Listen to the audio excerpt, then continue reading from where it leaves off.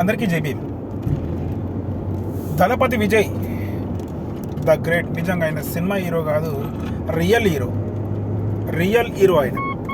ఎందుకు అంటే ఆయనను చూసి మన తెలుగు రాష్ట్రాల్లో ఉన్న ఒక హీరో పవన్ కళ్యాణ్ అనే వ్యక్తి చాలా నేర్చుకోవాలి. ఎందుకంటే టీవీకే పార్టీ స్థాపించి విజయ్ కేవలం 2 సంవత్సరాలు మాత్రమే అవుతుంది. కానీ ఆయన చేసిన పనులు ఎన్నో చేశాడు. స్కూళ్ళకు గరీబు అంటే ఆర్థికంగా వెనుకబడి ఉన్న వాళ్ళకు, అసలు ఏమీ లేని వాళ్ళకు ఆయన చాలా చేయడం జరిగింది.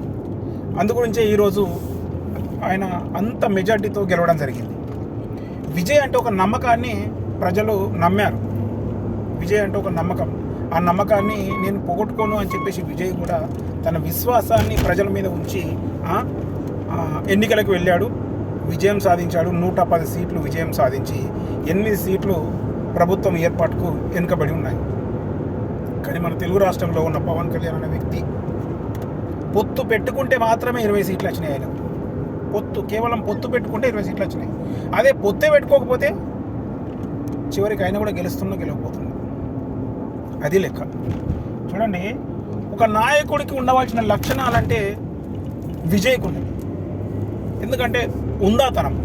ఇప్పుడు ఆయన అంతా ఫుల్ మెజార్టీతో గెలిచి కూడా అక్కడ ఉన్న ఇంతకుముందున్న స్టాలిన్ గారిని కలవడానికి ఆయన ఇంటికి వెళ్ళారు. అది కదా ఉందాతనం అంటే.